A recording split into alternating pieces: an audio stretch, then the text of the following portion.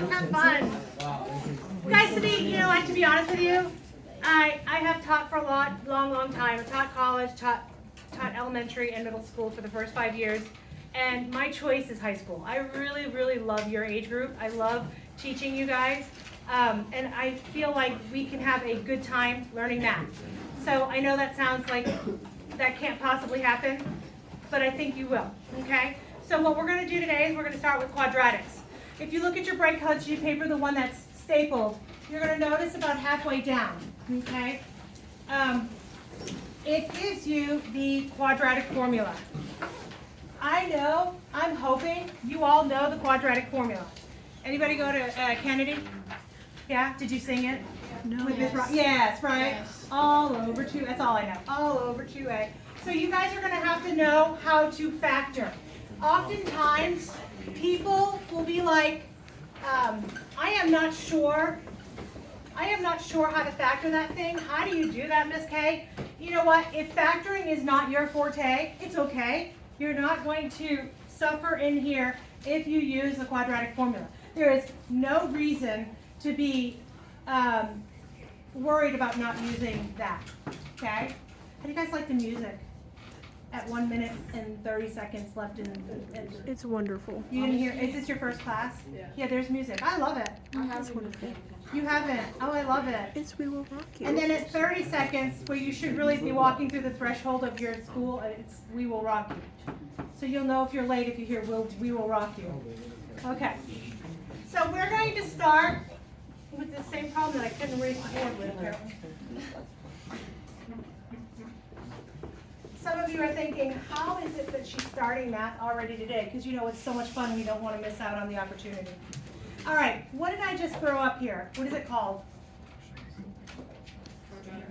It's a quadratic equation. Very good. How many components does it have in it? 3. Yes, also known as a trinomial. You all know that. If I ask you to solve for x, okay, typically you understand the first and foremost step that you have to do to solve for x. The most important step is to set it to 0. So the first thing you're going to do is take this thing and set it to 0. Okay? Everybody cool with that? Yeah? Do it. My suggestion would be to put them in descending order. What do I mean by descending order? Greatest to least, exponentially, right? Squared, the x to the 1, and then no x. Are we feeling good? At this point, if I ask you to solve, I'm looking for the two values of x that make this thing work. They are the intercepts of that. We're going to go into greater detail about when we do functions, about the names of things.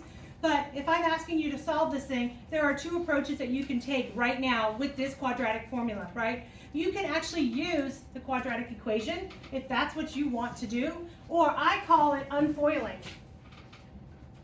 I take it and set it up as two linear factors. Linear factors means you get it out of the x squared version and you bring it to an x to the first power. Okay, so some people absolutely love this. There are multiple methods to doing it. I don't know how you all learned how to do it.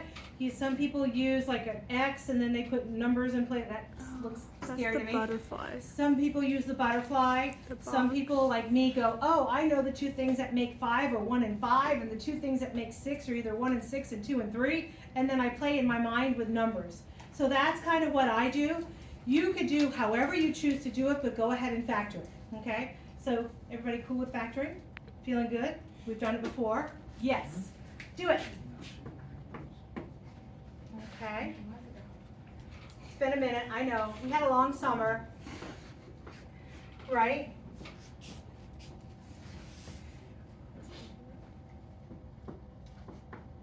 All right. So the things that I use, just in case you're wondering how I come up with these, I recognize that this is positive. Therefore, the two signs that I'm going to use are either both positive or both negative. Is everybody cool with that? Because this is positive. And then I look over here and I say that it's going to be negative, hence it's going to be both negatives. That's kind of how my brain makes that work. Okay? So, now, if this particular question asked you to factor, are you completely done with this problem? Just factor. We are. You're done. Factoring, done. We factored it. We're good. if I say solve for x, or solve this equation, what do I have to do now? Set each one to 0 and start to solve for x, right? So the distinction between the types of questions that we'll ask are very, very important. Once in a while, they will kind of say just factor. They call it factorize because they do it very much more properly than we do. But you can solve and get through the process here. Okay, are we good? Now, what if I'm in the realm of I don't like to do it this way. I want to use my quadratic formula because I know it because I sing it in my head. That's cool. What's going to happen is you're going to end up with, okay, let me write it out here. So we had 6x squared minus 17x plus 5. What's A, what's B, what's C in that case? A is 6. A is 6, indeed. A is 6, what is B? Negative 17. Yeah, and C? Beautiful. Okay, make sure you pull the negative with the 17. So we could just go ahead and plug this in. Negative b plus or minus the square root of b squared minus 4 times a times c all over 2a, right? What is this going to give me when I calculate that number out? It's going to give me what answer? I don't mean specifically what answer. What does it give me when I get x equals and x equals? Square root. I get an answer that is actually these guys here. Does that make sense?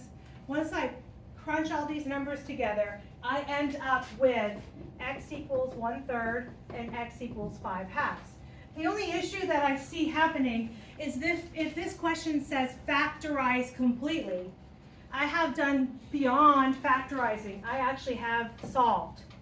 So how do I make this answer look like these linear factors?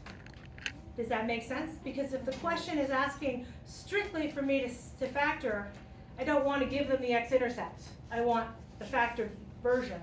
So I'm really cool to use this. Does anybody know quickly how to like reverse and make this into linear factors?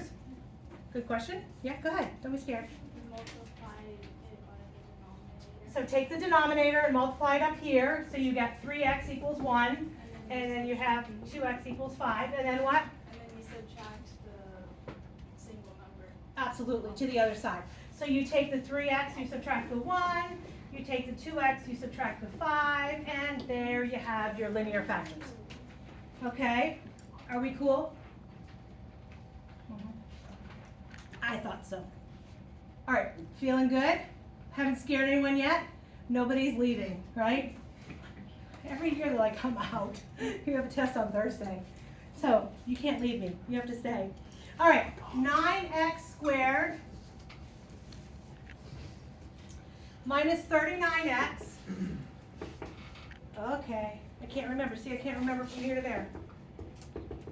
Oops. If I told you we are solving this one, what is the first thing you 100% should do for this problem? Establish what A, B, and C is. You could do it if you're going to use that 100%. 100%. You're going to establish, but there should be one more thing that you do right prior to that. Simplify. And the reason why we can simplify is why? How come? They're all factors of 3, but even more specifically, there's an actual reason why I can simplify this. And let me tell you why. It's because it's set to 0. If this thing was written like this and I told you to factor, you just have to go willy-nilly and do it. You're not simplifying it first. You can factor it out, but it's not going anywhere. In this case, because it's set to 0, simplifying truly means I see that a number, and in particular, the number 3, can go in here. Yes, I'll take it. You want to grab that? Yeah. So we're going to divide by a 3, a 3, a 3, and a 3. Does that make sense? So everything must get divided by that same term. If it's not set to 0, you're not doing it. And if you're wearing earbuds, make sure you take them out when you come to my class. I realize it's so much easier to listen to your earbuds, but they need to go. Okay, so is everybody cool? Everybody good? Awesome. So we're going to divide this out. And now is it easy to factor? At this point, you could do your A, B, and C 100%. Why did we want to make them a little smaller if possible? Because it's a lot easier to square 13 than 39, maybe, right? Okay, how many are choosing to jump into the quadratic formula? Cool, have at it. Some of us are going, you know what, I think I can do it this way. Are we cool? Yeah, all right. Let's see if that works. That should do it. Negative 15 plus 2, yeah, that should do it. Are we good? Yeah, Oh, I think I calculated it. did I get it wrong? So, oh, there's an X here. The way that my brain does it, let's just see if it works. 3 and 1 make a 3, and that's the only thing that can happen. And the things that make a 10 are 10 and 1, or 2 and 5. And they're opposite signs, and this is bigger. So negative 15, I do the outer, you know FOIL? I do the OI part of FOIL. So negative 15 plus 2 would be negative 13. So what did you get? 3x minus 10 and x minus 1. So when you do the FOIL part, your last two, when you multiply, what do you get in the L part of the FOIL? Okay, so first, right, we're cool there. The outer would be negative 3 and negative 10 would be negative 13. And then tell me what you get. What happens? It's positive, right? So one of the things to combat that is to look at this guy here. So this guy here tells me, because it's negative, they have to be opposite signs in here. Does that make sense? If it was positive, they'd have to be the same sign, whether they're positive or negative, negative, positive, positive. This says opposite, this says bigger number negative. That's how I do it. So that, but we did a good example of, right, figuring that out. Are we cool?